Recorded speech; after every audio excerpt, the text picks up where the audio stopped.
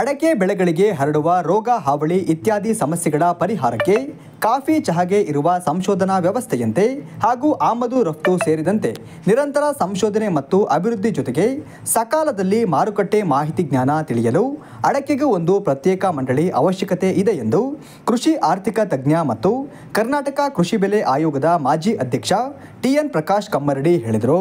ಮಲೆನಾಡಿನ ಒಂದು ಪ್ರಮುಖ ಸಹಕಾರ ಸಂಸ್ಥೆ MAMCOS Malnad areca cooperative market ಸೊಸೈಟಿಯ ಚುನಾವಣೆ ನಡೆಯುತ್ತೆ. ಅಡಿಕೆ ಸಂಬಂಧಪಟ್ಟ ಅಡಿಕೆಗೆ 10 ಸಮಸ್ಯೆಗಳಿದ್ದಾವೆ. ಅಡಿಕೆ ಮೇಲೆ ಕಾನೂನಿನ ಒಂದು ದೊಡ್ಡ ಅಪವಾದ ಇದ್ದಾವೆ. ಇವೆಲ್ಲ ಸಮಸ್ಯೆಗಳಿಗೆ ಈ ಬೆಳೆಗಾರರು, ಅದು ಅಡಿಕೆ ಬೆಳೆಯತಕ್ಕಂಥ ಪ್ರಬುದ್ಧ ಬೆಳೆಗಾರರು ಸಹಕಾರ ವ್ಯವಸ್ಥೆ, ತಮ್ಮ ಕೈ ಕೆಳಗೆ ಇರತಕ್ಕಂಥ ವ್ಯವಸ್ಥೆಯನ್ನು ಸರಿಯಾದ ರೀತಿಯಲ್ಲಿ ಸೂಕ್ತವಾದ ರೀತಿಯಲ್ಲಿ ಬಳಸಿಕೊಂಡು ಅಡಿಕೆಗೆ ಎಲ್ಲ ಪರಿಹಾರ ಪಡೆಯಲಿ ಅನ್ನೋ ಉದ್ದೇಶದಿಂದ ಮತದಾರರನ್ನು ವಿನಂತಿಸಿ ಮತದಾರರನ್ನು ಜಾಗೃತಿಗೊಳಿಸಿದ ದೃಷ್ಟಿಯಿಂದ ಕೃಷಿ ವಿಜ್ಞಾನಿನೂ ಹೌದು, ಕೃಷಿ ಬೆಳೆ ಆಯೋಗದ ಮಾಜಿ ಅಧ್ಯಕ್ಷ, ಅಡಿಕೆ ಬೆಳೆಗಾರನಾದಂಥ ನಾನು ಪ್ರಕಾಶ್ ಕಮ್ಮರಡಿ ಅಂತ ನಾನು ಒಂದು ಮನವಿಯನ್ನು ತಮ್ಮ ಮೂಲಕ ಮಾಧ್ಯಮದ ಮೂಲಕ ಅಡಿಕೆ ಬೆಳೆಗಾರ ಸದಸ್ಯರುಗಳಿಗೆ ಚುನಾವಣೆ ದೃಷ್ಟಿಯಿಂದ ನಾನು ಮನವಿಯನ್ನು ಇಡ್ತಾ ಇದ್ದೀನಿ. ಅದು ಮುಖ್ಯ ಉದ್ದೇಶ.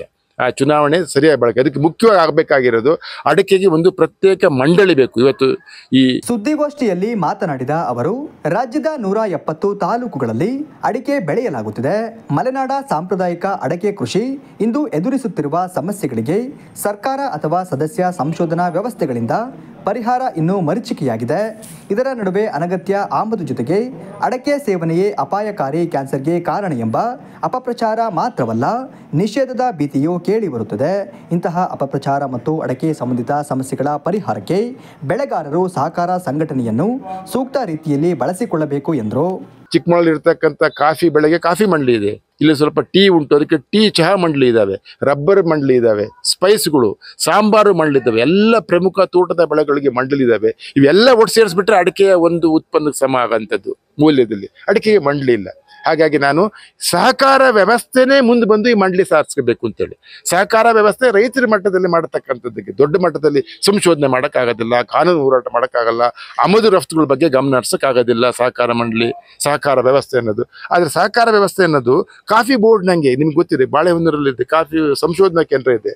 ಆ ಥರ ಒಂದು ಸಂಶೋಧನೆ ದೃಷ್ಟಿಯಿಂದನೂ ಎಲ್ಲ ದೃಷ್ಟಿಯಿಂದ ಒಂದು ಮಂಡಳಿ ಬೇಕು. ಆ ವಿಚಾರನೂ ಕೂಡ ಆಗಲಿ. ಅವೆಲ್ಲಕ್ಕಿಂತ ಮುಖ್ಯವಾಗಿ ಇವತ್ತು ಅಡಿಕೆ ಬೆಳೆಗಾರ ಸಿಕ್ಕತಕ್ಕಂಥ ಬೆಲೆ, ಸಮೃದ್ಧಿ, ಆದಾಯ ಅನ್ನೋದು ಕಾನೂನು ದೃಷ್ಟಿಯಿಂದ ವರ್ಜಿತವಾದಂಥ ಗುಟ್ಕಾ ಅನ್ನತಕ್ಕಂಥದ್ದು. ಅದ್ರ ಬದಲು ಆರೋಗ್ಯವಾದಂಥ, ಸಾಮಾಜಿಕವಾಗಿ ಒಪ್ಪಿತವಾದಂಥ ಹೊಸ ಉತ್ಪನ್ನಗಳು, ಅಡಿಕೆಯ ಉಪಬಳಕೆ, ಅಡಿಕೆಯ ಉಪ ಉತ್ಪನ್ನ ಇದೆಯಲ್ಲ, ಚೊಗರು ಉಂಟು ಅಡಿಕೆಯಲ್ಲಿ, ಕೆಂಪು ಬಣ್ಣ, ಅದರ ಬಳಕೆ ಆಗಿರ್ಬೋದು, ಅದರಲ್ಲಿರ್ತಕ್ಕಂಥ ಕೊಬ್ಬಿನ ಬಳಕೆ ಆಗ್ಬೋದು.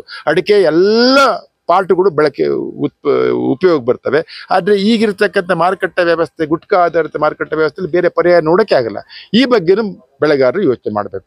ಇದರಿಂದ ಹೊರಗಡೆ ಬರಲಿ, ಮಂಡಳಿ ಬೇಕು ಅನ್ನತಕ್ಕಂಥ ಇದು ಮುಖ್ಯ ವಿಚಾರ. ಸುದ್ದಿಗೋಷ್ಠಿಯಲ್ಲಿ ಸಿಪಿಐ ಮುಖಂಡ ಲೋಕೇಶ್, ರೈತ ಸಂಘದ ಜಿಲ್ಲಾಧ್ಯಕ್ಷ ಗುರುಶಾಂತಪ್ಪ, ಜಗದೀಶ್ ಮತ್ತಿತರರು ಹಾಜರಿದ್ದರು.